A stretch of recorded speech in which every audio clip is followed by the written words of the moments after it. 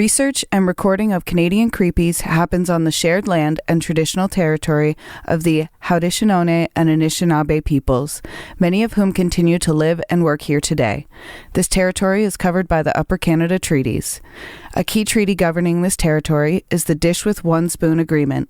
This treaty between the Anishinaabe, Mississaugas, and Haudenosaunee people binds them to share and protect the land.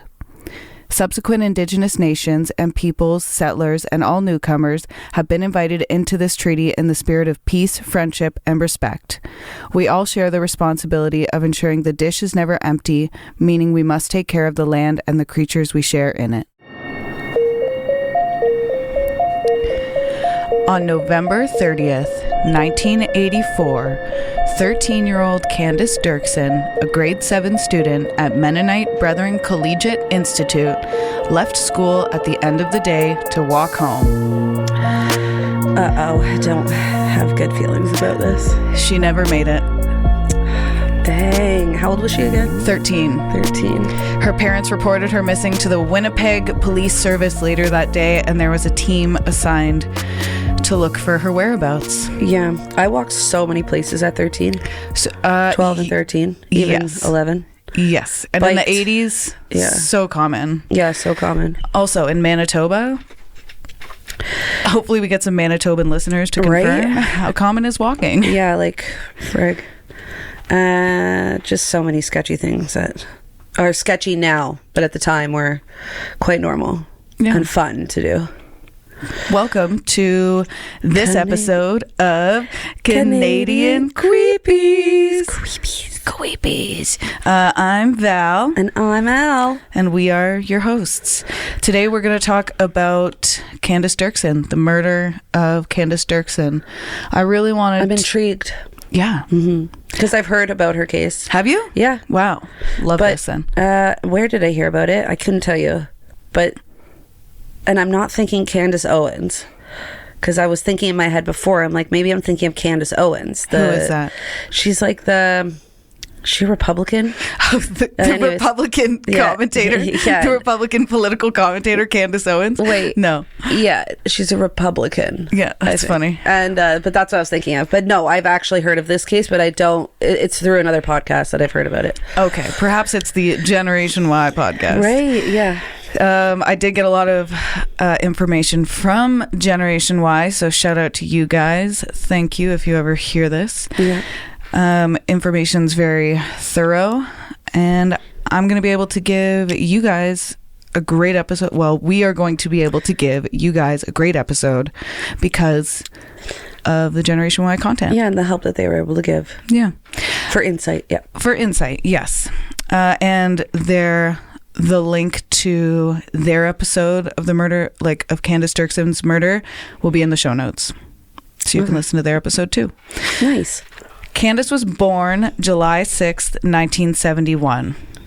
Okay. And she lived with her family in Elmwood, Manitoba.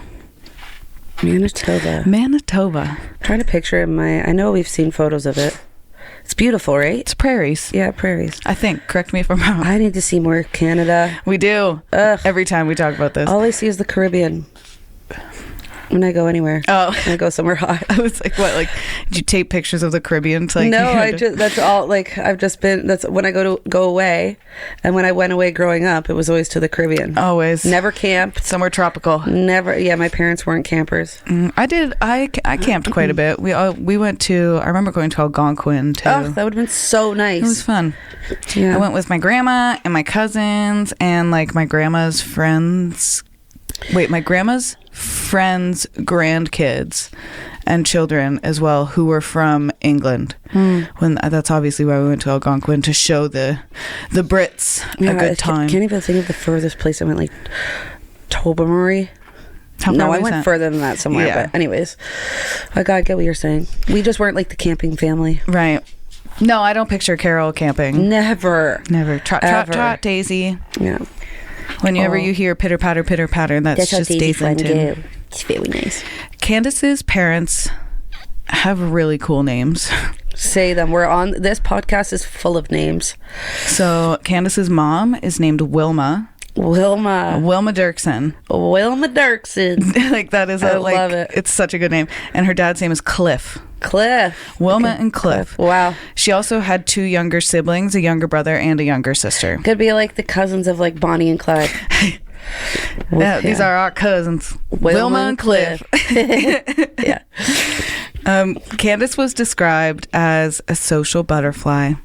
She liked swimming and horseback riding, and her faith was an important part of her life.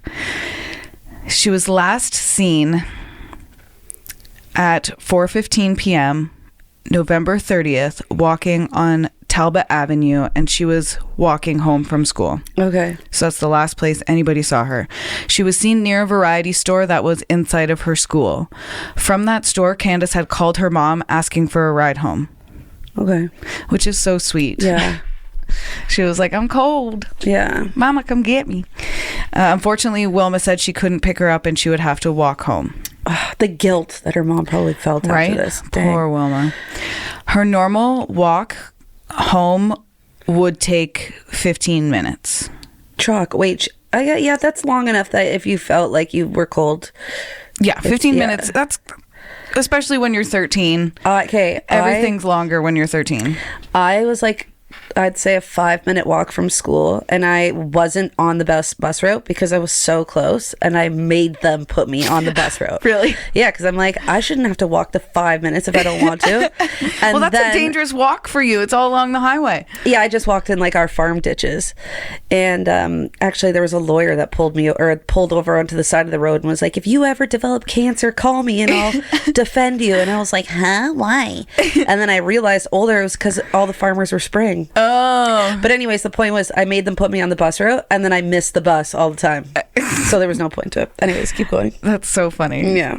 So stupid. That tracks for who you are. Yeah, I know. It's so accurate. It's so accurate. That's like, from that, we could see the beginning stages of who you would become. It's so true. It's so true. I'm okay with it. When Candace called Wilma for the ride, Wilma stated that she could tell Candace was upset because she couldn't pick her up. So it was probably like, Mom, will you come get me? No. Aw. Yeah. Oh, so okay.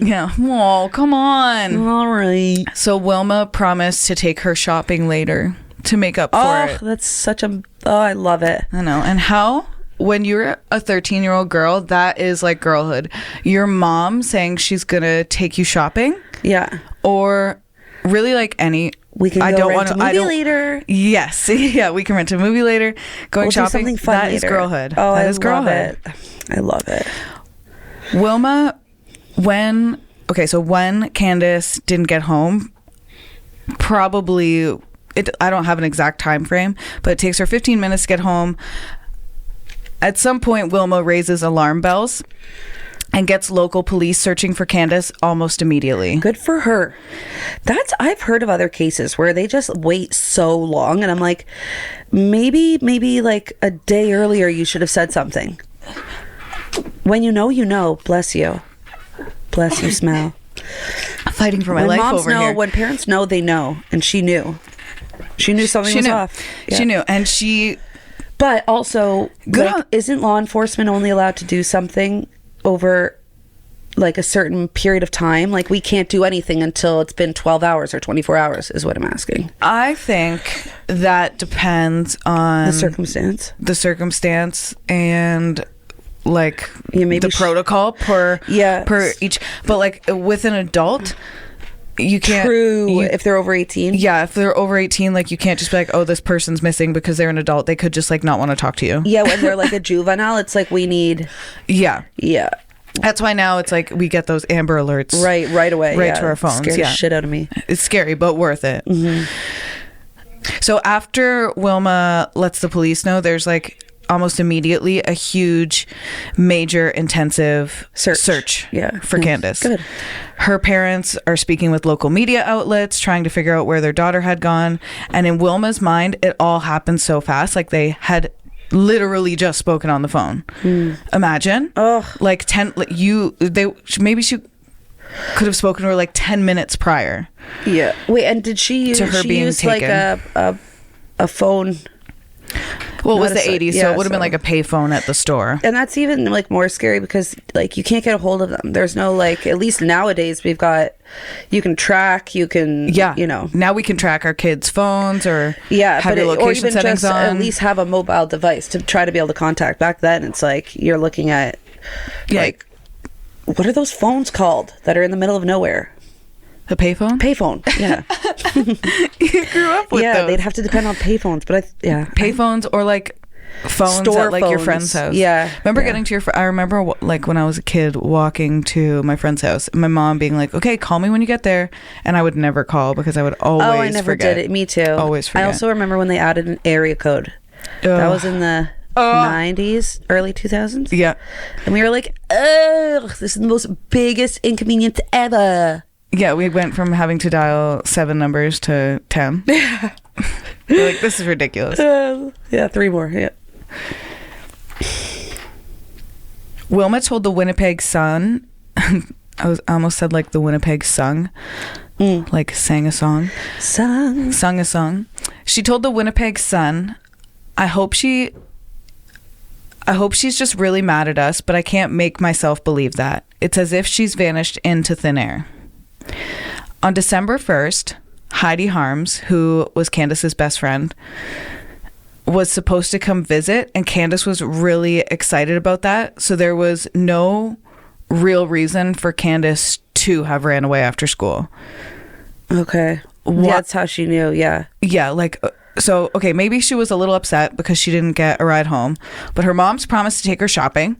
Yeah. And her best friend is coming to visit. Yeah. There's no reason this girl is just gonna get like distracted and she's not just bopping out of her own life. She was excited for the things happening leading up to her.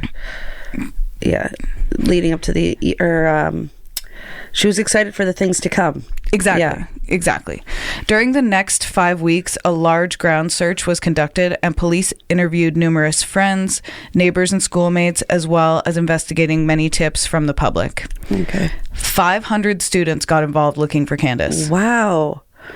Bless her heart. She must have been like a great kid. Yeah. Well, she was a social butterfly. It says. Yeah. I mean, I think even in our school circumstance, I think people would band together. We would have banded together. Even for kids that, Totally. Some didn't know. Totally. Those students and the search party were focusing on the area between Candace's school and home because that was the area she went missing in. Okay. They also looked at a nearby river and railroad tracks. Okay. An officer on the case made a public statement saying that there is no evidence of foul play, but they are concerned for Candace's safety as she has been missing for more than 48 hours by this point. Yeah, fair enough. They're like, we don't know if we're not sure if anything suspect or dangerous has happened to her, but we're quite concerned for her. Yeah.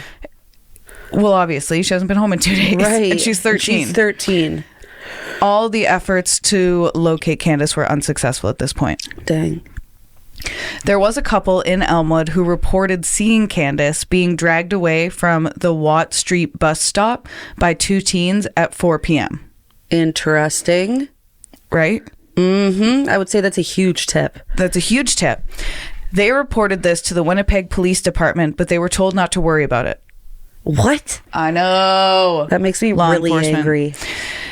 This call went to the police on December 2nd, and then they spoke to the Winnipeg Sun a couple days later. How can that not be fucking important? They're so dumb. That's like that unfounded rate we were talking about. Yeah, that's so stupid. Like that, it just gives me a rage of emotions. Just because you have a badge doesn't mean you know that the person. It doesn't matter. Those doesn't two mean you people know could have better than the person who is coming to you with information. Yeah, and those 2 teenagers could potentially like lead you to her. Exactly. Even rule them out. What do you mean? Yeah. I'm so okay. Right? Like, don't be lazy. Don't be lazy. Yeah. So one of the witnesses was 23-year-old Donna Martin, and she said it was definitely her. She was wearing a black jacket with purple raglan sleeves. I recognize her picture in the Sun. Raglan. Raglan means like, like baseball shirts, and they have like the different colored. Yes. That's Okay. raglan. I had to look it up. It. Yeah, that's raglan. Now we know. Donna and her partner, sorry, I keep okay. touching your butt with my foot. Go ahead. Donna and her partner didn't think much of it at first because they thought it was just kids messing around. So they saw it and they were like, these kids are just being rough, whatever. Right. Her partner states that he felt like they were wasting the police's time because he never took their names. Like the police officer never took Donna or her partner's names when they went in to tell them. Oh this. my gosh, it's such a simple task. So like, simple, why just so easy. Write down their names. Oh my goodness. Take I the hope information. this comes back to bite them in the ass. I really do. Right. I'll make a note of it. Sorry, the police officer said, I'll make a note of it, but she's been missing before. I wouldn't worry about it. Which was not true. Yeah, like when? She had when not run noted? away before. Never. Oh my goodness. She had literally never run away. That cop just made it up at the time. Just did not take the tip, just made it up. See you later. Wilma denied, and Wilma backed that up even further, and she denied Candace had also ever went missing before. If she had gone missing before, would her mom be so frantic? Probably not. Right? Her mom would be like, now she's done this before. I'm not going to freak out. It's usually like, no. So I can't anyways, continue. Cause I want to get to the part where the law enforcement eats it, but hopefully they do. It gets very interesting. Okay. It's a doozy. This case is a doozy. Yeah. Sergeant Bautista from Missing Persons said he didn't know which officer made that comment. Mm-hmm. And as far as he knew, Candace had never been missing before. So literally, I think it was just a case of some officer just making something up because he didn't want to. Yeah, like he just didn't want to take the information. Yeah, he didn't want to. Yeah, he was over it. The location where the witnesses said they saw her was not on her normal route home, but it was close to her home. So it would have been within that search party span. Yeah. But it wasn't on her normal route home. So that was kind of odd. Okay.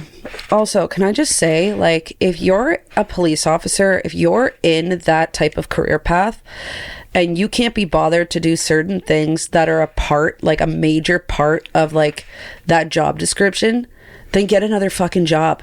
Or if you don't believe women... Yeah. Or if you don't believe that sexual assault happens. Yeah. Or any form of assault. Yeah, and a comment like that should be taken seriously. If you don't believe vulnerable people. I just can't, you're in the wrong fucking department of career path. Go work in tech or something. Yeah.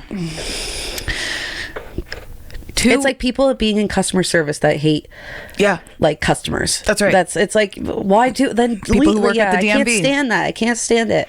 Anyways, continue. 2 weeks after Candace went missing, they were starting to wonder if she was still alive, as you would. Yeah, 2 weeks is a long time. A coordinator of the volunteer search named Dave Lowen announced that they had registered Candace with Child Find Canada. Do you know what Child Find Canada is? No, is it new or obviously it's not new because no.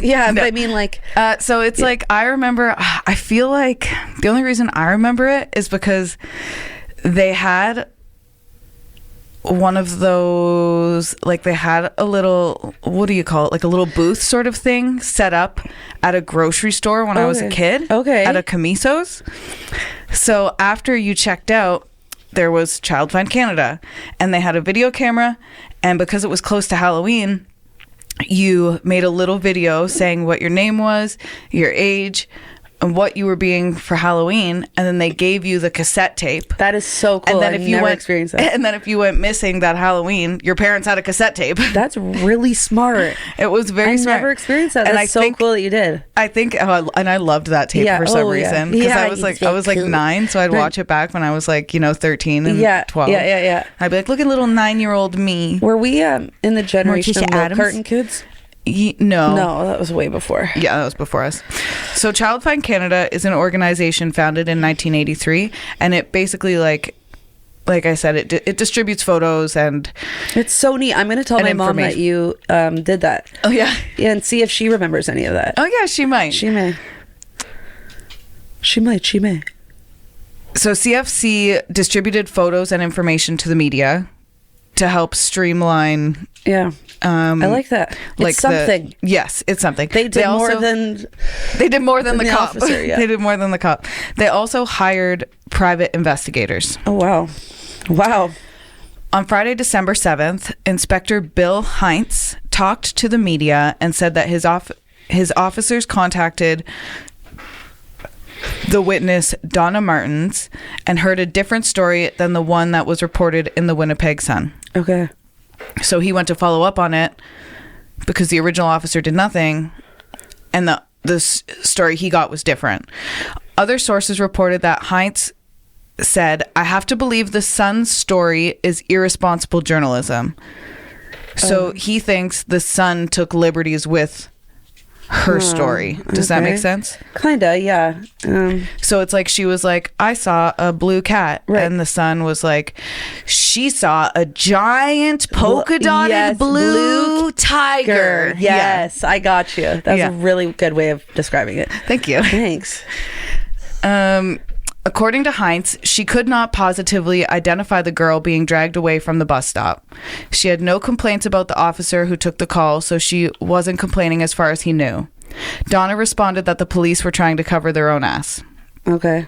So there's a little bit of throughout this case, you're going to see there's like, everybody's sort of like, I don't want to say bullying each other, but they're sort of like pushing against each other instead of working together. Yes. So the cop, instead of taking accountability, not even taking accountability, but instead of just like taking the information he could and sorting out the data and moving along with it, he decided to take the information personally, and then pursue those avenues and sink energy and passion into those avenues as opposed to solving the crime, yeah, where all energies and focuses should be directed toward the crime. That was really good too. Thank you. Yeah. By December 20th, Candace's parents took action and issued a public appeal to Candace saying, "If you're watching or listening, Candace, we just want you to know how much we love you. If someone is keeping you from coming home, I'd like to plead with that person to let you go. We're not seeking revenge or justice. All we want is for Candace to come home." It's a good one. I know, it's so sad too. Yeah, it's so sad. That's worded really well on their part though. Right? Very eloquent. Yeah, like, let's talk here. What do you want? We can get it for you. Yeah, open the lines of communication. Yeah, exactly. At the same news conference, Candace's parents were being asked loads of questions, and at some point they stated that they have resigned to the fact that there is likely foul play involved. Yeah. And they definitely don't believe she ran away on her own. Okay. She had a good relationship with her parents. Her father stated that the family had nothing to hide about their home life. They genuinely, even just hearing them, they just genuinely don't come off across as anything but like caring and concerned. Yeah, just like kind, genuine. Yeah. Concerned, terrified, yeah, devastated. Wanting to resolve. Like, yeah, looking for their daughter, desperate. Scared. Yeah, desperate. Dang. It's very sad. Mm-hmm. It's important to stay hydrated. Mm-hmm. This episode is sponsored by AHA, sparkling water beverage. Just kidding, it's not, but you can sponsor us if you want to. Someone sponsor us. Someone can sponsor us. Yeah. Besides Overholt Orchard. And Vine Floral. And Vine Floral. We don't want any more damn fruit. Yeah. Allie. But yeah, if you want to come see us in the summer, we'll be at Overholt Orchard. Yeah, we'll be at Overholt Orchards. Come and see us. On January 17th, 1985, imagine in the summer we just get like a group of people who are like, we're here to meet Valerie and Allie. Yeah. We're like, the peaches are over there. Yeah. On January 17th, 1985, an employee of the Elm... We have our pens out ready to give them like signatures, and they're like, "No, wait, how much are the strawberries?" And we're like, oh sorry. Okay. Yeah, no problem. We said it. We do like those red velvet ropes, like lines up. I can't. We would. I love Everyone for peaches over here. If you're looking for an autographed photo of Valerie and Allie, please line up between over here. the red shades. Yes, wait, what are they called? Yeah, nobody comes. Except Remy. Yeah. Except Remy walks down. My dog. Remy. Nina's in the line. Yeah, Nina's in the line. Shout out to Nina. Yeah. Shout out to Nina, yeah. Okay, so let's try this again. On December yes. Okay, we got this. We're going to do it. On January 17th, 1985, an employee of the Elmwood Building Supply, that's a business, entered a remote shed on the business's property to get a tool. I think it was a saw or something to that effect. There, that employee discovered the body of Candace Derksen. That's trauma in its own. Trauma, tragic, horrible. Gets worse. The employee thought it was a dollar a mannequin at first, but he stated that he did not touch the body. He just looked in the shed, saw her, and then called law enforcement. Candace was in the shed that was about 500 meters away from her home. No. The worst. No. The worst. No, that's so close. So close. Oh, that's so sad. That's 500 meters is so close. That's half a kilometer. Yeah. I'm trying to think I can't of a convert comparison, that. but I it's can't very convert that close for Americans. Yeah. It's very close. She was on the floor. Her clothing was on, but she was missing a shoe. Okay. She was covered by a parka. Her hands were bound with twine behind her back, and she was tied at her ankles. Hogtied. Or not really? At her back. No. I think hogtied would be in the front. All of or that, all four. But at the back too. Oh, yes. Could be. Anyways. Yes. Yeah, that's scary. An officer who showed up to the scene said Candace was frozen stiff. Okay. The day after Candace was abducted, the temperature had fallen to negative 25 degrees Celsius. So, I mean, the only thing good is that could, a silver lining would be, it would preserve more of her. Well, would she decompose as quickly if it was hot out? She wouldn't decompose as quickly. I think the issue with the body being frozen is it compromises physical evidence. Also, silver lining. There's no silver lining. Yeah. Also, hashtag brown lining. Yeah, I should have worded that way better. I mean, if there's something that could be useful that came out of such a tragic situation is I thought in my head colder temperatures might mean easier to find. Clues or something. I think anytime a body is left in the elements, unfortunately, the forensics are going to be behind, or the forensics are going to be compromised. Right. This shed had not been used for years. Employees had not been using it, so it was just completely overlooked when the employees searched the ground because they weren't in the habit of looking there. Okay. They were pretty much like, this is just a building that we walk past. We don't use it. We just walk past it, so there's no point in even looking in it, but there she was. Fair enough. At the time, police would not confirm reports that Candace was bound and died of exposure. They did say they were treating the case as a homicide, but they had no firm leads. Okay. The crime superintendent alluded to the Sun's story where the witness claimed she saw Candace being abducted. He said it didn't happen exactly as reported, but he also didn't give details as to why he would say that. Yeah, it seems like... So again, this is another case of another... It's like when it comes to Candace's case and the trial and stuff you'll hear, it's like there are too many cooks in the kitchen. Yes. There are too many people trying to... I don't even know. Yeah. There are just too many. It's not that there are too many people involved, because I know that there needs to be a number of people involved. Yeah, but there could be opinions, and then it's almost, it could be, is it like that telephone game? One thing said to someone, and then it could be... Yeah. Or people misinterpreting... Exactly, yeah. According to their own bias, whatever. Yes. Own bias could have a huge thing to... Yeah, it could complicate certain things. For sure. 2 days after Candace was found, her parents issued a statement. Cliff, speaking directly to the killer, I imagine into the camera, said, "We would like to know who the person or persons are, so we can share hopefully a love that seems to be missing in these people's lives. I don't believe the person who did this had loving parents or a circle of friends who thought the world of him, or he wouldn't have done a deed like this." Fair enough. That's so compassionate. Mic drop for Wilma and Cliff. They are unreal. They have the best comebacks for any case. Yeah. They're just answering with grace. Yeah. Yeah. And like,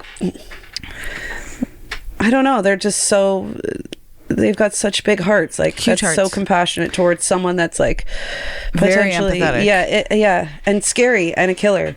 Yeah. The family and the search committee would go on to establish the Candace Derksen Memorial Fund, which would be used to build a swimming pool at a camp Candace attended in the summer. Okay. They also wanted to start a child find branch in Winnipeg because that's good. Right? Is it, how far did the child find, like, how many branches were there? in like, Canada? Yeah, like I think there's one a province. One a province, okay. Probably, but they wanted probably to start for the major cities. So right. Winnipeg, right. yeah. So Okay. they probably wanted one in Winnipeg, which Yes. they do. You'll hear at the end. They do end up doing something that you'll enjoy. But so they wanted to start a child find branch in Winnipeg because they've been through this, and they think there could be some holes to fill, and they want to help others. Okay. Wilma mentioned Candace was found in an area that had already been searched, and she was extremely disappointed that she hadn't been found in the first place. Like, you'd think as a search party, even though I can appreciate that, okay, it's a shed, you've seen it 100 times, you've walked past it 100 times, it's been on your property 100 times, whatever. That's exactly why you should check there. Yeah, I know. You got to use your brain. You're Right. a search party right now. Use your brain. Search the places. You Yeah, know? search like places that you would think are ridiculously obvious. Yeah. Because if you think that they're ridiculously obvious and no one would be there, there's a good chance that someone might think that also and use it to their advantage. It's like our thoughts. Not that they did that in this case. Maybe they just used the shed because it was convenient and, they were already near it. But still, just check, like you said, check fucking every place. Just check There's everywhere. enough of you. There was 500 of you. There's 500 of you. You didn't think to check the 500 chances to check a shed that was 500 meters away. Could have easily. You should have just. You should have checked it 500 times. My goodness. There was an autopsy performed on January 20th, and a day later, the crime superintendent revealed that the autopsy failed to establish a cause of death.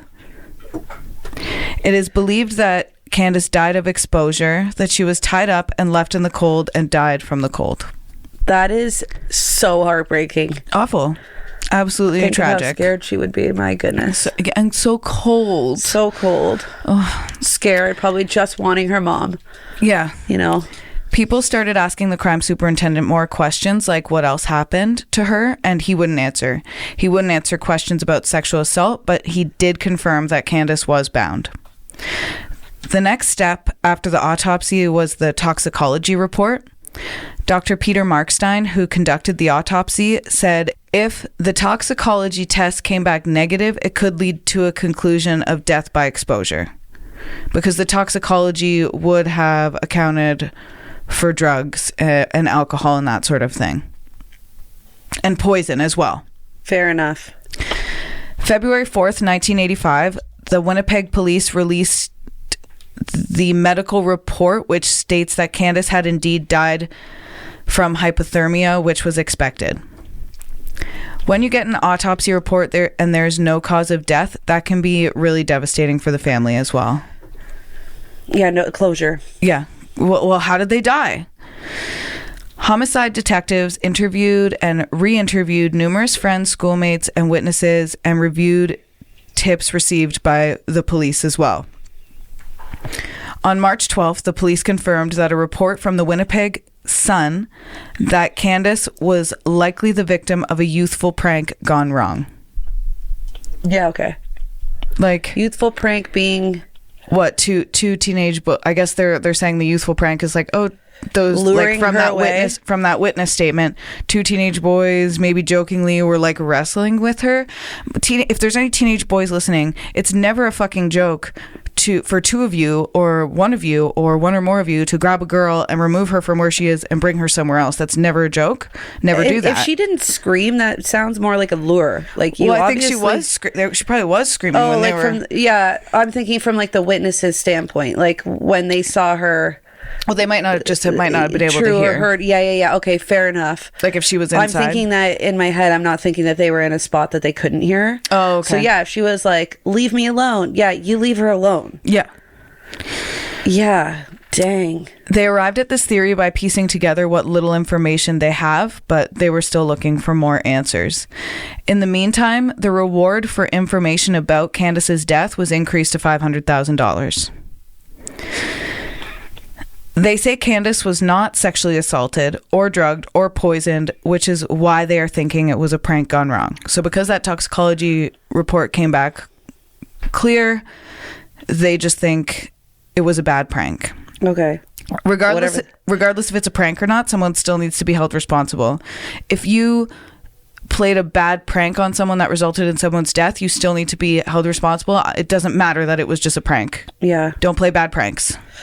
Don't play pranks that are going to cause bodily harm or there's ever a chance of death. Just don't. Yeah, and as soon as you're old enough to know, like, what's considered fun and what's considered terrorizing someone. Terrorizing or harassment. Or assault. It's called, punishment and consequence. Yes, exactly. Exactly. And I'm all for it for for young people. Yeah. There is some suspicion on the family, which the family actively tries to alleviate.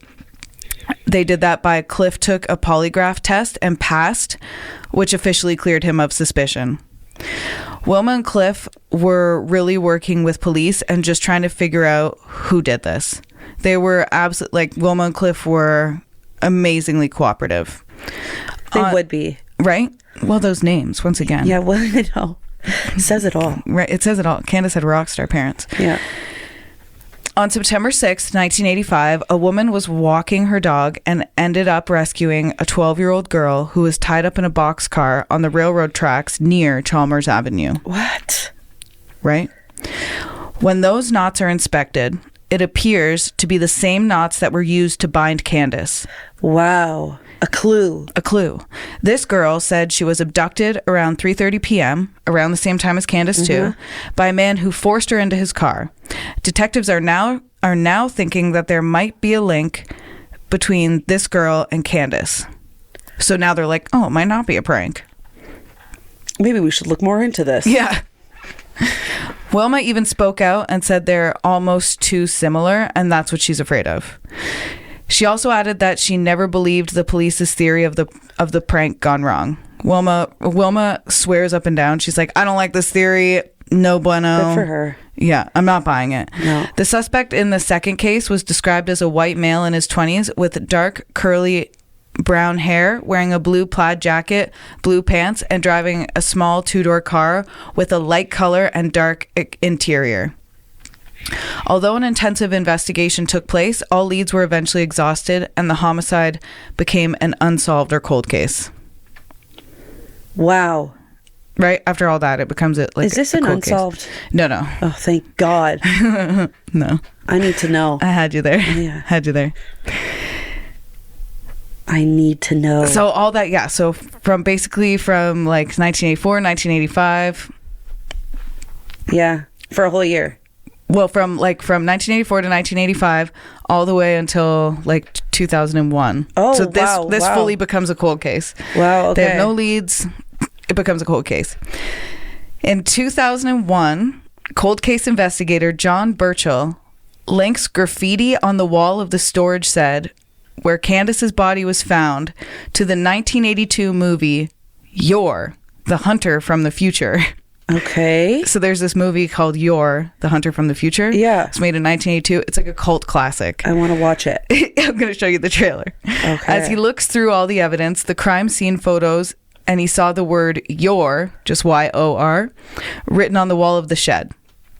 In the movie, You're discovers his love interest in a cave. There must be some place in this world where we can live in peace with our people. He is from a future world, trapped in another time, searching for his past.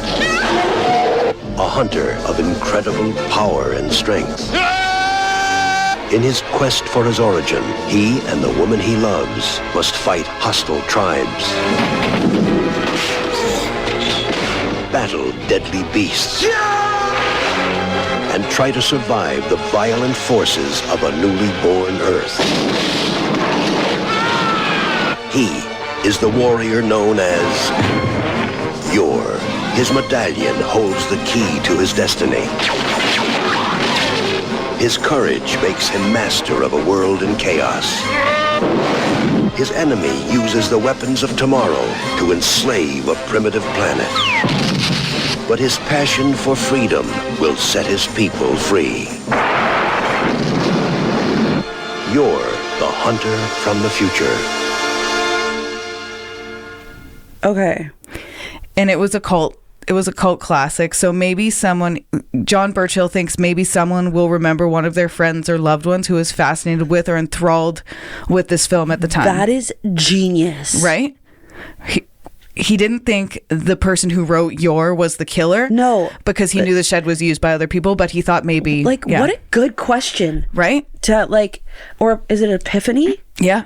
Or a discovery. Like a clue. That's good. Right? Good for him. That's good. Good for him. And I will link the trailer for Yor, The Hunter from the Future, in the show notes as well. Excellent. John believed Candace knew her killer because there was no sign of a struggle, almost like Candace went to the shed voluntarily, like you said. He still believed it was a young person aged 16 to 25. There's really no basis for that. That's just what he thinks. Okay. In 2001, the RCMP tested the twine that was used to bind Candace and a hair that was found at the scene, but initial results were inconclusive. And there's going to be sort of a lot about, as I get into the trial, there's going to be, and the suspect, there's going to be a lot about the DNA evidence.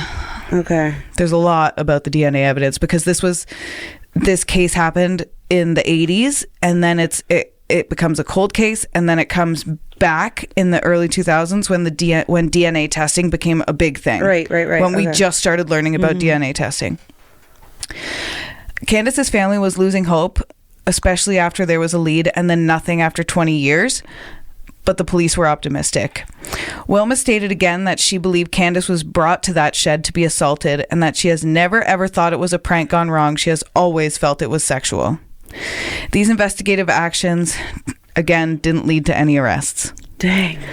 In 2006, the case was assigned to a newly formed cold case unit of the Criminal Investigation Bureau for further review.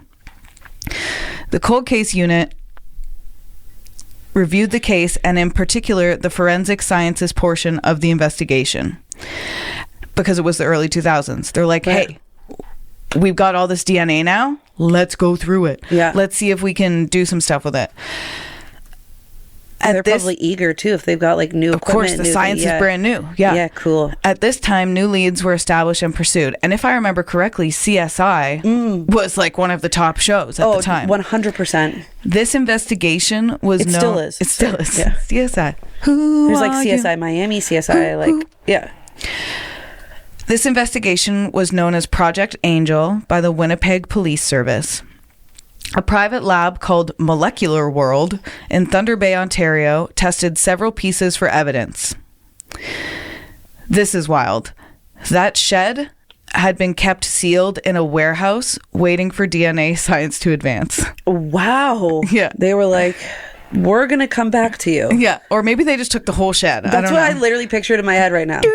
Yeah, with a tow motor. You just go get it? Yeah, exactly. 3 pubic hairs were found on or near. Ugh. So gross. I know, I hate the word pubic. Yeah. Especially when it's in relations to somebody's pubics that you don't know. Yeah, exactly. Pubices. Pubices that you don't know. And then a young person's involved. And it's like, why are you finding those? Yeah. Creep. Yeah. Even though, the pubic C's hair was found even though the police said she had not been sexually assaulted. Okay. Scalp hairs that have appeared to have been bleached near the roots were found on Candace's clothing, and the police were not able to test the hairs for DNA until 1993. Wow. And by that time, they were looking for a potential sex offender. Okay. By 2006, the police learned that the Thunder Bay lab could not do extensive hair shaft DNA testing, but it was still too early in DNA testing times, and a lot of the samples had started to disintegrate over time as well. Right. I mean, yeah. They can't stay in perfect form like a McDonald's cheeseburger forever. Forever and ever and ever. On May 16th, 2007, here's where we're going to get into a suspect. Okay. On May 16th, 2007, Mark Edward Grant, a 43-year-old 43 years old, was arrested and charged with first-degree murder in connection with the death of Candace Derksen. Wow. Woohoo! Woohoo! A trial in 2011 convicted Mark Edward Grant of second-degree murder based on DNA evidence found on the twine used to bind the ankles and wrists of Candace. Excellent. Saying that the DNA was a maternal match to Grant. That is so freaking cool how they can match like something so like, what's the word I'm looking for? Indefinitely, like, yeah, you know what I mean, like through your mom's side, like exactly. this is the DNA match through the maternal like side. That, whoever, I mean, the geniuses that come together to make like even like something like an MRI. Yeah, I was talking about that with someone else. It is so cool. It is so cool. Freaking cool. It's such smart individuals out there. Agreed. An article in June 2011 by the Winnipeg Free Press reported that Grant had dyed his hair around the time of the murder, which would explain those bleached hairs. At the time, Grant was sentenced to 25 years in prison. And, in fact, 25? That's it? But he had... Yes. Yeah. Okay. Well, that's the maximum we do in Canada. True. Okay. He had spent most of his adult life in prison already. As a teen, he was charged with breaking and entering, fraud, forgery, breach of parole, escaping from custody, and being unlawfully at large. Wow. Parole Board of Canada documents reported that Grant spoke about committing a sexual assault for the first time at age 14 when he assaulted a female of an undisclosed age and was sent to a youth detention center. Huh. Oh, this kid's he was just bound for terrible things. He's looking pretty good to be the killer of Candace Derksen. Yeah. At the time of the murder, Grant was 21 years old and had been in and out of custody. November 7th, 1984, he escaped custody after serving time for breaking and entering and was arrested on December 7th of 1984. He was questioned but had no knowledge of Candace other than what he had learned from the media because it was a huge story at the time. And we'll sort of come back to this. Grant was first charged with sexual assault as an adult in 1988. So Candace disappeared in 1984. And Grant was first charged with sexual assault, not by her, obviously by someone else. Yeah. He was charged with assault, uttering threats, and unlawfully confining a female, and the victim's age was not listed, so she was likely underage. And what year was that? 1988. Okay, yeah. A character witness spoke, but that's that in 1988, so he would have been 25, but he was committing these crimes well before this, and it was documented well before this. Yeah. Ugh. A character witness. No eyes were on him. No eyes. No. Yeah. A character witness spoke at a trial and described Grant as a caring father of two boys who welcomed strangers into their home. This is why there were no eyes on him, because he was charismatic. Well, the police are really bad at seeing past the charisma of white men. My goodness. Such a letdown. Such a letdown. Another witness said he was intelligent and never violent. Yeah, okay. He was found, it sounds like he probably had a good defense lawyer as well. He was found guilty of 3 charges and sentenced to 18 months for that. In 1991, Grant was convicted of sexually assaulting a teenager named Cynthia Bent, who came forward in 2011 and spoke to CBC and gave details about what happened, stating that Grant offered her a ride home from a house she and her friends were visiting. He then drove to a back lane in Elmwood where he assaulted her. So he was living in Elmwood. Cynthia said, "I am one of the very few people who knows what it is to have Mark Grant look you in the eyes and you just know you're going to die." Wow. So scary. That's friggin', yeah, makes you feel unsettled for sure. And going through that as a teenager, I just can't imagine. No. In July of 1994, 9 days after he was released on parole, he sexually assaulted another woman 9 days after he was released, and he was sentenced to 9 more years in prison. In 1995, the National Parole Board wrote, "Just lock him away." Lock him away. It's like the National Parole You got National Parole Board wrote, "He has an established pattern of violent, deviant sexual behavior." There was a parole board review from 2001 stating he had been predatory in his choice of victims, often looking for unsophisticated, vulnerable, post-pubescent female children. He's a coward is what he is. He's a coward. The board decision also stated that Grant confessed to raping a drunk stranger and he was never charged for that attack. What? Right? Even though he confessed. God. No problem. The board denied parole because he showed little progress in internalizing sex offender relapse prevention concepts. I'm glad they didn't grant him parole. Thank you. That's great. I mean, thank you that's for one that. thing. Right? Yeah. He took his medication sporadically. He wouldn't attend therapy, and he was diagnosed with schizophrenia in the early 2000s. Not an excuse. But that makes sense. Yeah. Makes sense. He was prescribed medication for the schizophrenia, and he was prescribed medication to control sexual urges. Okay. However, he would attempt suicide frequently throughout the time. Be successful with it on one time. Horrible to say, but I just hate this guy so much. Right? He's not great. No.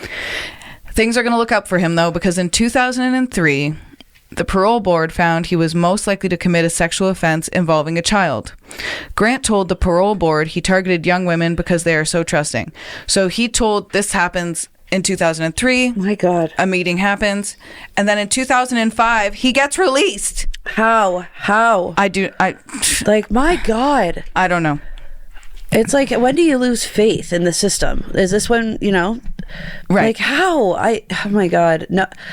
Yeah. There's no reason. All the victims and like their families. No, if they were outraged, do you blame them? No. They have every right to be outraged. The city of Winnipeg put out a community notice warning women and children about the risk of sexual violence. What about like where this guy is now? What about his current address? Yeah, His DNA was already in a database, which is why whenever they got a hit, it was just waiting around to be matched. So that was good. They actually had like a DNA profile for him. So do you think it has something to do with like, look, we don't have the space, we don't have the resources, so we got to put them back out? But like, you know, maybe like, or no, maybe it could be that. It could be a lot of things. It could be a lot of things. Like, but I think it's just that. Also, it's our notoriously bad justice system in Canada. Yeah. I don't want to say notoriously bad. We have a very strong Charter of Rights and Freedoms. We are.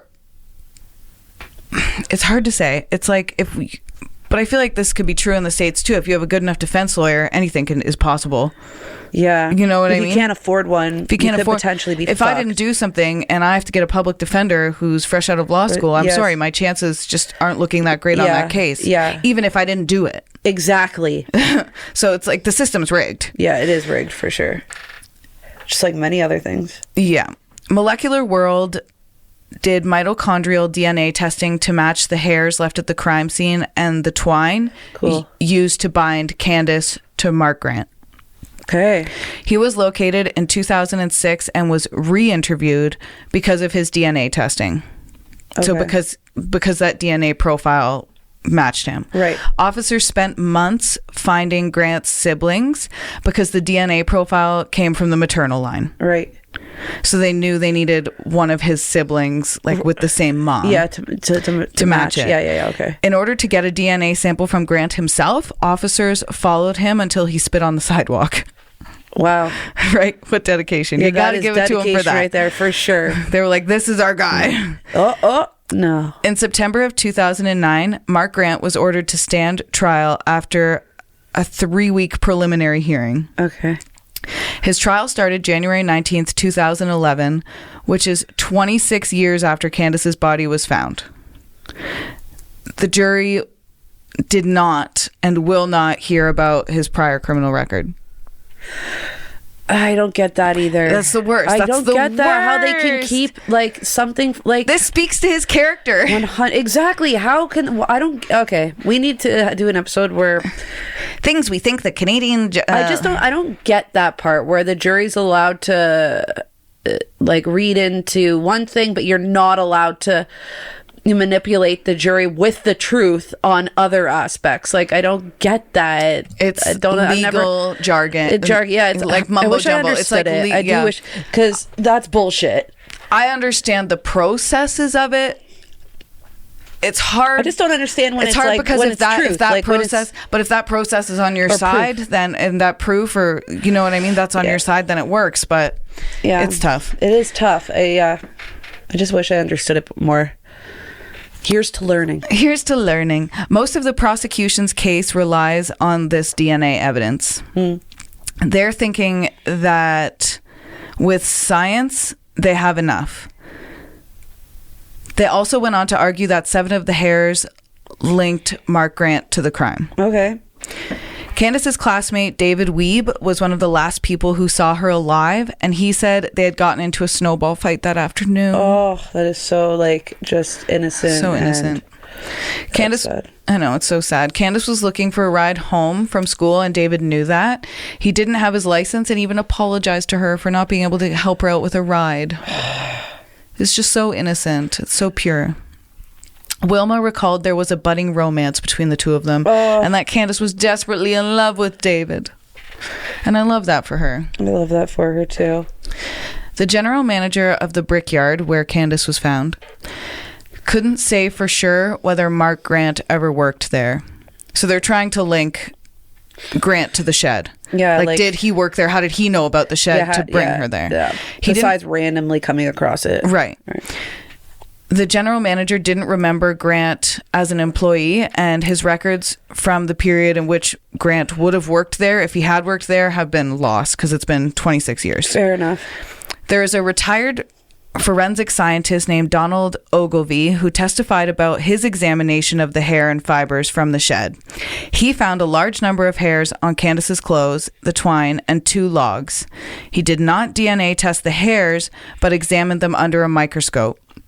He said he may not have worn gloves while handling the materials, because remember, this is the 70s. Well, yeah, the 80s when the case is happening. So why are they wearing gloves? They don't care about DNA. They don't know. They don't know. They don't know what's to come in the advancement world. Yeah, they didn't know they had to be preserving this to maybe be tested for DNA one day. They had no idea. Right. He said he may not have worn gloves while handling the materials. He did not wear a hairnet, and he did not say if his exam tables had traces of DNA on them. Donald may have accidentally tainted evidence. Okay. He was just looking at hair fibers as well, which can easily be misinterpreted. Like he was just looking at them under the microscope. Oh, you know who I'm thinking this was like the perpetrator. Oh, no. The forensics. The forensics. Yeah. Okay. I completely understand. A retired detective sergeant testified that he didn't consider Mark Grant a suspect when he interviewed him in 1984 because he got charmed by his charisma. He spoke with Grant on December 10th after he was arrested for being unlawfully at large. He noted that Grant was very cooperative, and at the time, though this detective sergeant was investigating a claim made by Grant's then girlfriend that she saw Candace after she disappeared, but the woman later recanted her statement. Okay. Grant's girlfriend in 1984 was Audrey Fontaine. She was 14 years old at the time. Wow. He was 21 at the time. Wow. That's not okay. That's not okay. That's gross. Don't do that. That's absolutely not okay. At the trial, Audrey testified that she saw Candace coming out of that store on Talbot Avenue shortly before she went missing. So Mark Grant's girlfriend even saw her. As I said, he was 21, she was 14. The detective didn't take a formal statement from Grant at the time because he wasn't considered a formal suspect. Yeah, but like if she saw her coming out of the store, wouldn't you think that Grant would be like close by? Yeah. Yeah. Exactly. Weird. He read his interview notes in court, which read that Grant had not seen Candace and didn't know that Audrey knew her. The police questioned Grant about girls' clothing found in a concrete dugout found in the CPR railroads, and the CPR railroads was used as a hideout by Grant after he escaped, saying that he and Audrey slept there. So what, he like went and picked up his 14-year-old girlfriend and was like, come sleep on these railroad tracks with me? Ew. Jesus Christ. Yeah, Jesus Christ is right. Oh, sorry. Towie. Not Towie. I love you, Mark was written on one of the walls. I love you, Mark. Because she was 14. She was a child. In 2007, one of the officers from the cold case unit asked an officer from the identification division to take a blood sample from a pair of jeans belonging to Grant.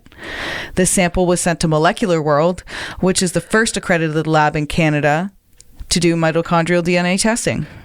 Go Thunder Bay. Woohoo. And mitochondrial DNA, like I said, is passed down from the mother. It's that maternal DNA.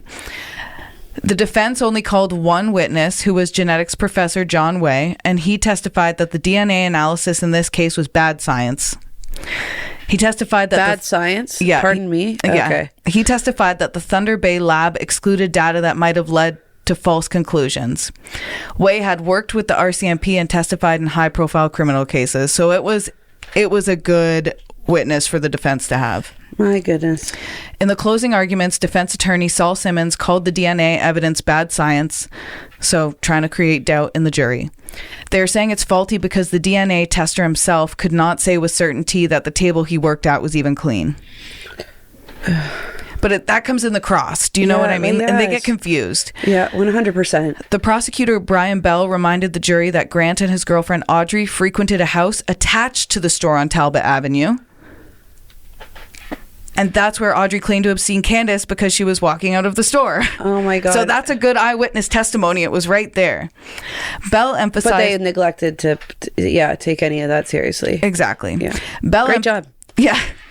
Bell, well, this is at the trial she's testifying it, so... True. Bell emphasized that Molecular World meets or exceeds guidelines for DNA testing and could not exclude Grant from multiple samples. Hold on. So she wasn't, like... interviewed when this happened, like when the crime happened? No. Oh, okay. This is not till 2011. Okay, wait later. The DNA showed a 1 in 50 million probability that it could belong to someone else. So there was like the DNA could have only belonged to Mark Grant. That was there. There was no evidence that that's pretty solid. Yeah. 1 in There's 50 no million bad chance. science there. There was no evidence that the lab was skewing data. Expert witness John Way also admitted that Grant could not be excluded. So it's really big, so do we trust the lab or is it bad science? And in the early 2000s, the OJ case was happening where it was, do we trust the lab or is it bad science? You know what I mean? I know labs make mistakes. Yeah. But in the DNA world... Yeah. Like it's an inevitable, like it's a match, right? Yeah. Like is that... I think it's because the science is still relatively new, so it's easy to be disputed at this time. True. Okay, yes. On February 18th, 2011, after deliberating for 3 days, the jury found Mark Grant guilty of second-degree murder. Hallelujah. The Winnipeg Free Press reported that Mark Grant allegedly confessed to the murder in 1988, but retracted his statement. And jurors never heard about that because the Crown didn't call on that witness because her credibility was questioned. Okay. That witness was Tanya LaChance. She testified at the preliminary hearing in 2009. Wow. Saying at the time, Tanya was also 13, they went to elementary school together. Years later, she became friends with Audrey. Right. In 1988, Tanya attended a house party where Grant was present and they discussed Candace's death. So according to Tanya, Mark just came out and said, I killed her. And then a couple minutes later recanted, saying, I didn't do it. Yeah. JK. Yeah. No one really knew what to say to that. And a few hours later... Kind of weird, but So, weird flex, bro. But then again, people, kids, young people are weird at times, so... But he would have been 25 at the time. Oh, yeah, that's true. A few hours later, Grant and Audrey showed up at Tanya's house to threaten her, saying that they would do to her what they did to Candace. Mm-hmm. I can't with this, okay. Right. Tanya's father came to the door, which good for Mr. LaChance, and he told Grant and Audrey to leave or he would call the police. According to Tanya, she never saw Grant again, but Audrey moved in next door to her. What are the chances? Oh my God. So she stayed silent until the police contacted her in 2008. That poor girl. Scared indefinitely. I would have been so scared. On her day-to-day life. Now she's living next to me? Yeah. She's like, I just wanted a threatened. friend. Yeah. Awful. They know where I live. They know I have family members. By this weird girl and her literal adult boyfriend. Yeah, literal adult boyfriend.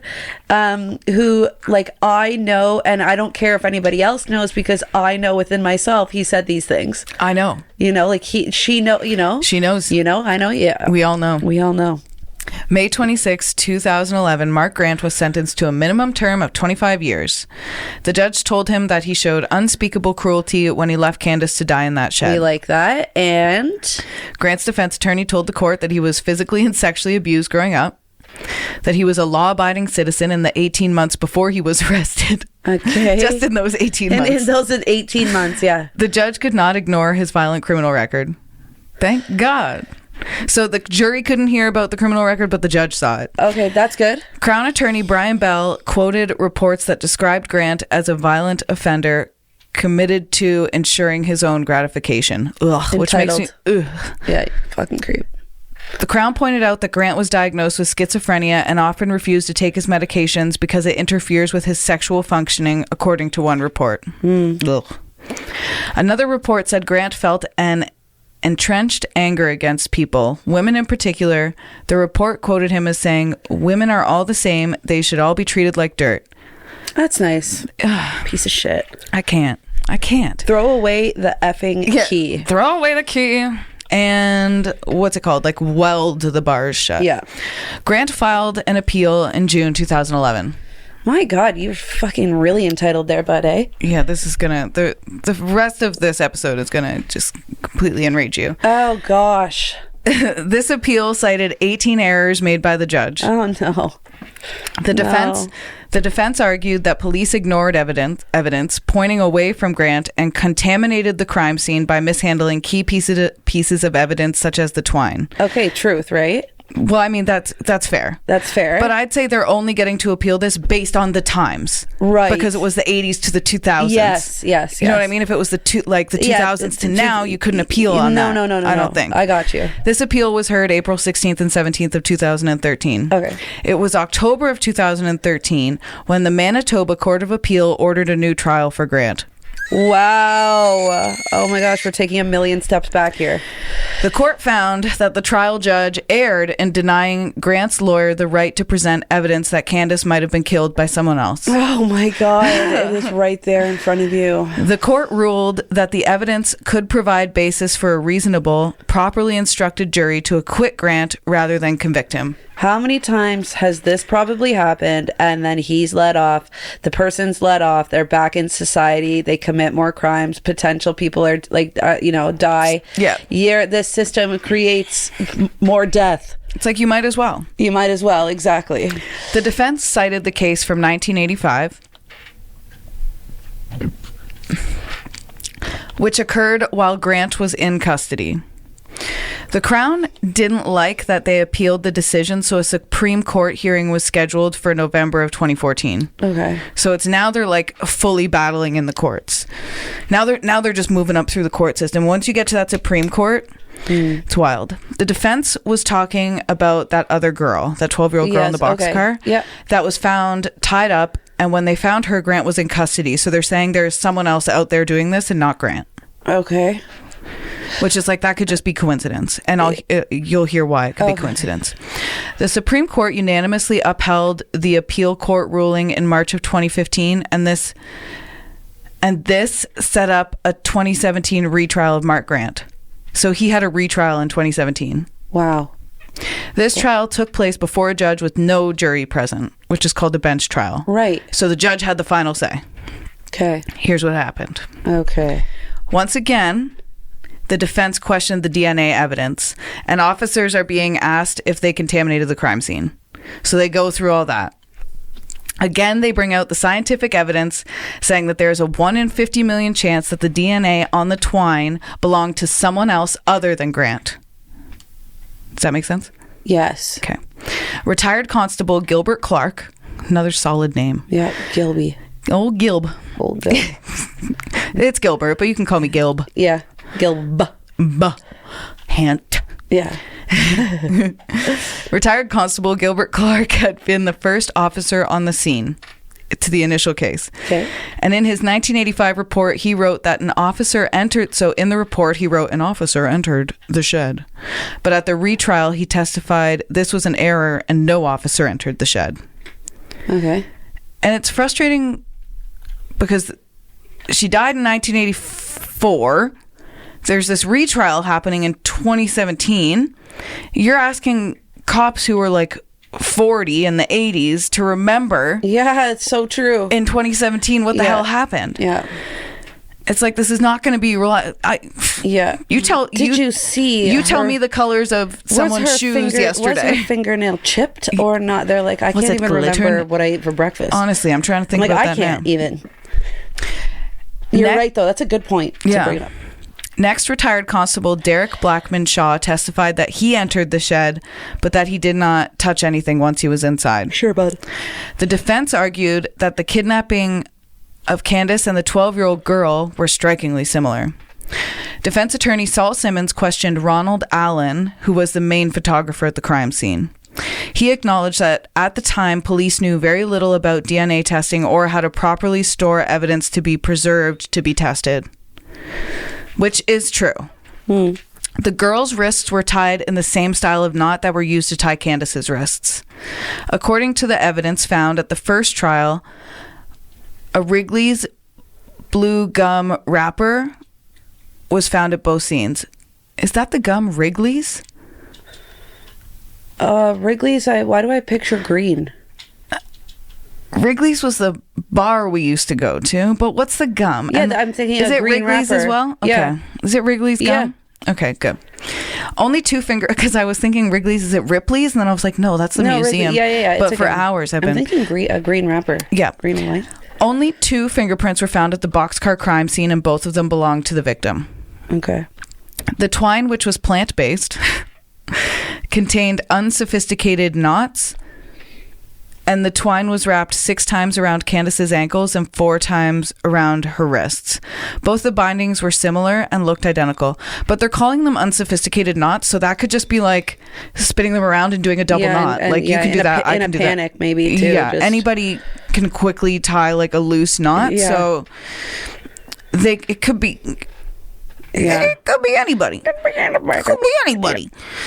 Throughout the retrial, it seemed apparent that proper steps weren't taken when it comes to preserving evidence or testing out other possible leads in the case. So the defense is saying, we do think someone else did it, and you guys were ignorant to that fact. And on top of that, you don't know how to preserve evidence. And it's like, well, it was the 80s.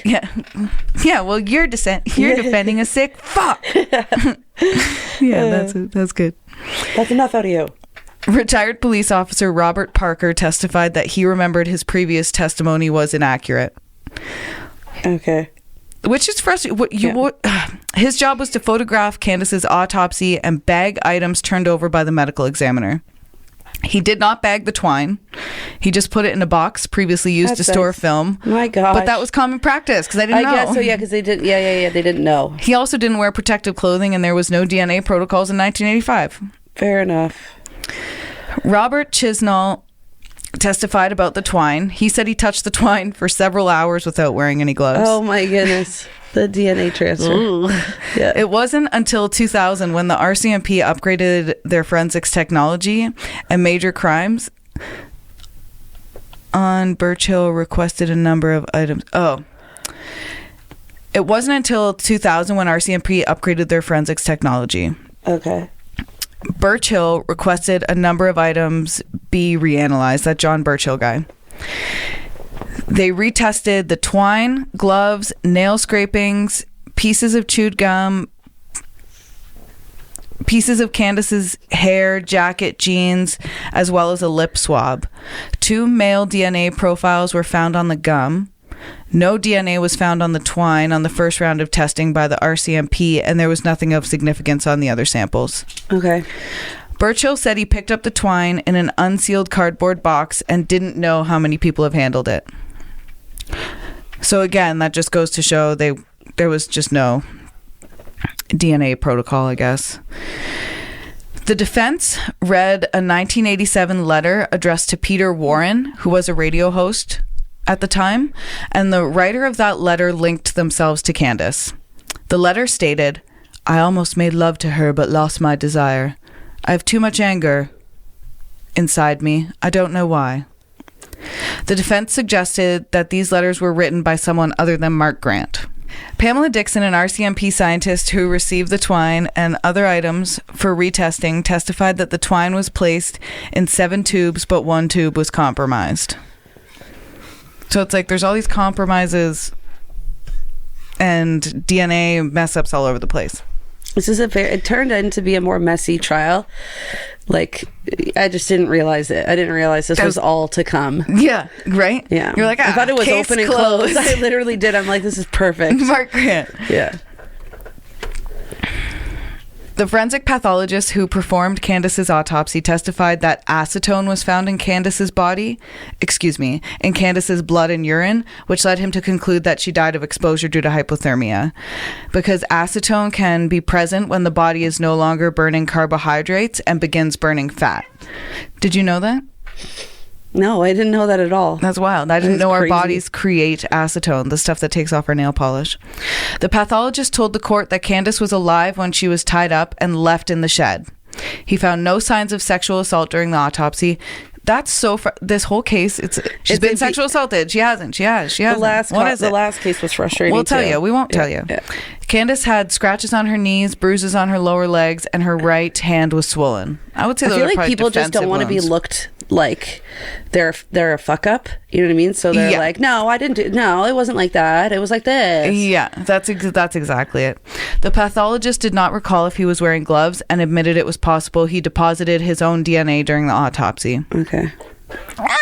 Yeah.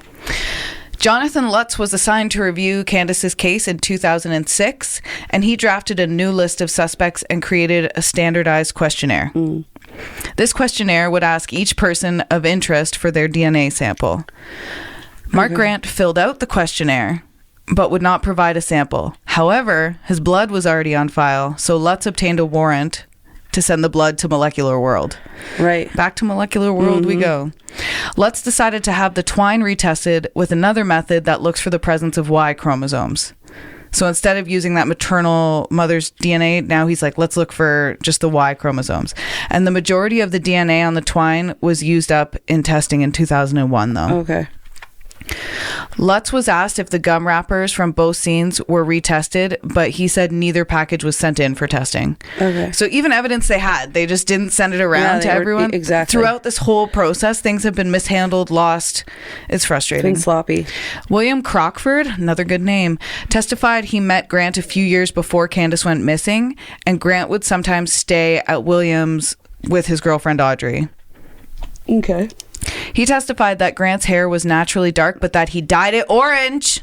So there comes those dyes hairs. And he said that Grant was always on the run. He couldn't remember the color of Grant's hair at the time of Candace's murder, though. Interesting. The defense questioned a senior scientist with Molecular World, and she confirmed that anyone with the same maternal line shares the same mitochondrial DNA profile. Okay. This evidence wasn't properly preserved or tested, though. Wow. The twine was tested too much, and they used up all the DNA before any data could be usable.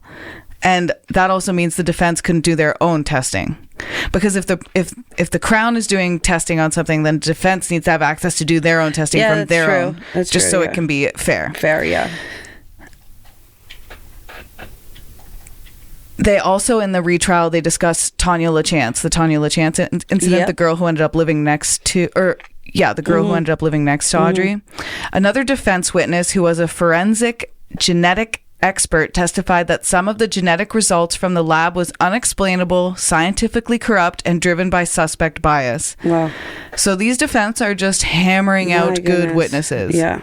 He suggested the scientists incorrectly interpreted their own findings and ignored data and inconsistencies that would have excluded Grant. So he thinks they were purposely looking for him. There was a DNA marker on the twine that could not have come from Candace or Grant, but was disregarded. Wow. He said scientists looked at Grant's sample first and found patterns with the results and disregarded any data that didn't align with their hypothesis, which I can see for the 80s. Yeah. I can see it, but the thing is I can also see that he did it. Yeah. They also go through the information about the 12-year-old who had been tied up and found in a boxcar on September 1985. Right. And they brought her into the case as well. She said she suffers from nightmares, can no longer distinguish what is fact, and has forgotten most everything about what had occurred. The Crown questioned her about conflicting statements she made in 2011. Oh, poor girl. Yeah, right? To have to relive it all again. Oh my God. Her statement said the suspect had a gun, but she did not mention a gun in her original statement. Okay. She described the scene in the boxcar in 2011, but after the first trial, she couldn't recall any details. Okay. She also said in 2001 she realized the kidnapping might not have happened. Oh my goodness. Like, what the? Candace's case Back isn't and getting forth and any up breaks. and down and sideways. Yeah. Yeah, literally. it's wild. Sergeant Bradbury was assigned to review Candace's case in 2004, and he said he found no connection between her murder and the abduction of the 12-year-old, which is good. Yeah, that's good. Frederick Beaver, a professor, FBI advisor, and medical geneticist, testified that he had no confidence in the results of the DNA testing, stating that this is among the most egregious departures from proper lab practices that he had ever seen. Wow. So they're getting one witness saying this is good science, and then another witness just basically shitting all over it, saying legit, like being like, this is literal poop they're trying to feed you. This allows for the defense to file a motion to stay the case between the DNA testing. Sorry, I'll say that again. This allows for the defense to file a motion to stay the case because the DNA testing was horribly flawed and could not be independently verified, and because the DNA no longer existed as well. They had used it up. I can't.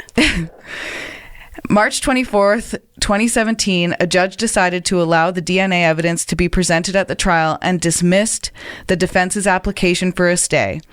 But in final arguments, the defense told the judge that the DNA evidence was flawed and corrupt. The DNA samples were so small that they could have come from dozens of people who entered the shed.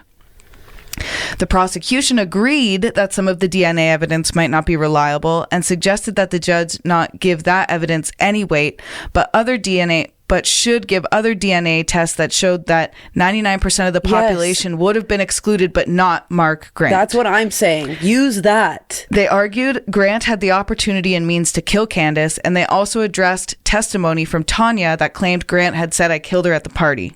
Yeah. On October 18th of 2017, and I think when I say this judge's name, it's going to give away the verdict. Justice Karen Simonson found Mark Grant not guilty Oh my God. of second-degree murder. Moida. No, you said it properly. Moida. Yeah. Accepting the defense's argument that the DNA evidence is fundamentally flawed. It sucks because It it's is two flawed. time periods that,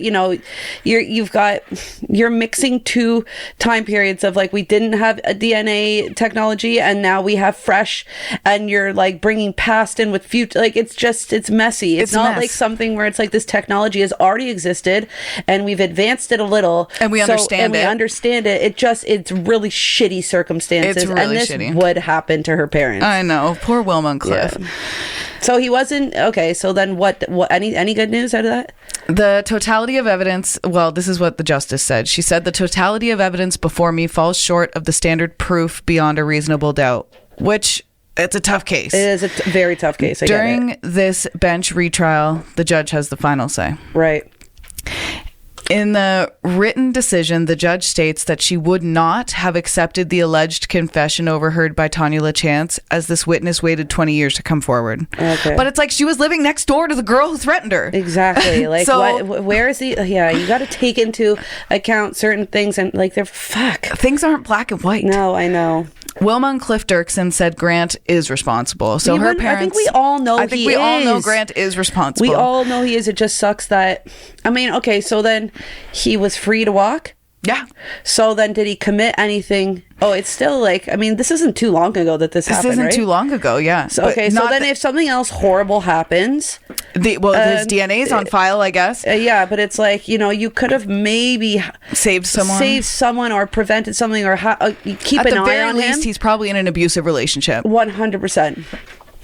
Yeah. Is he on any type of like registry? He's probably on the sex offender registry. Yeah, okay. Yeah. Wow. Wilma and Cliff also said they hope the Crown does not appeal. Like, they don't want to go through this again. No, my They God, said I don't want to go through it again. Yeah, it's a lot. Like, They yeah. said, it's been 33 years. This just means this is all over for us. The process is over. And in there is relief. Okay. We have had our own personal truth and we haven't changed our minds. That's good. They just know. like the most. And you know what? Their family and people that matter the most to them are probably also like, we're strangers and we have their backs and we know. I think we all, like, you know, those that matter know. Totally. And if they can find comfort in that, then Bless them. bless them. Always bless them. She also said, I don't want them to tell us we're wrong. I want them to show us we're wrong. Right. Meaning she wants them to prove that Grant isn't the perpetrator, which is saying that even after the original trial and the retrial, she still believes he's the culprit. The trial did not prove his innocence to her. That's good. I mean, yeah, all the power to you in and knowing that. She's like, yeah. you are guilty. I know you did. And you know what? There's listeners I feel like I know have he's Wilma's guilty. back. Yeah. In 2019, Grant filed a lawsuit. No way. That included the government of Manitoba as a defendant. He saw $8.5 million. Of course he did. Right? Of course he did. In damages. And he alleged a negligent investigation, malicious prosecution, and a breach of his charter rights and wrongful conviction. I hate him.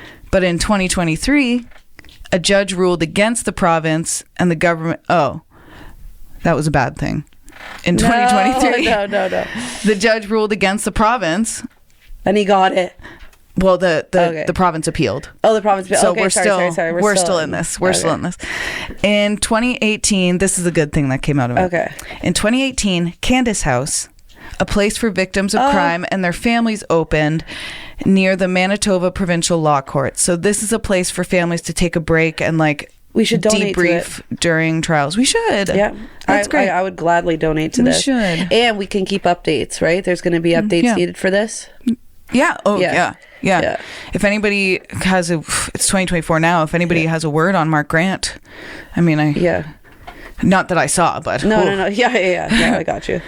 And the last detail of this case, so as far as I know, Wilma is still alive, but Cliff He passed from you know what? gallbladder He cancer in probably May found comfort, 2022. maybe. I don't know if they tired. were religious, but maybe they found comfort in if he was like, yeah, I'm going to see her. Yeah, that's it. I'm going to, you know what? He was probably like, I'm going to go be with Candace now. Exactly. Which is beautiful if you think about it. Yeah, exactly. Yeah. Great research, Smell. Thanks. Absolutely. Thanks again to phenomenal Generation job. Y. Yeah. No, you did. You put it into your own words. It was a great job. That was a whirlwind. Of emotions. It's wild. That was a wild case. But we'll be back next week for another one. Hopefully one that's less trial heavy. yeah. Sorry, and I, as the, also listener and giving my feedback, won't be as easily distracted by Daisy and Richard in the background. That's okay. They're just so cute. One day we'll video it and people will see what you get so Well, I distracted by. did take some footage and some photos for Canadian Creepies, so you guys can put a face to the name. A face to the Richard names. and also Daisy. And you can find those photos on our Instagram, which is at Canadian Creepies. Yep. And if you have a story you want to share with us, or a connection to a crime, or a crime you want us to cover, you can send us an email, which is CanadianCreepiesPodcast@gmail.com. Yep, and also a like or a share. It helps us immensely. It does. If you like what we're doing and you want to support us, even like a rating, like a Spotify rating or anything like that would send us to a friend. Yeah, send us to a friend or family member. We're Canadian. We're new. We're new, small. We're small enough where we're gonna say hi back. We're trying here. We're trying. With Daisy and Richard. Well, thanks for tuning into Canadian Queepies. See you next week. Oh, what was it? Oh, don't let the bed queeps bite. Yeah, don't let the bed queeps bite. See ya later.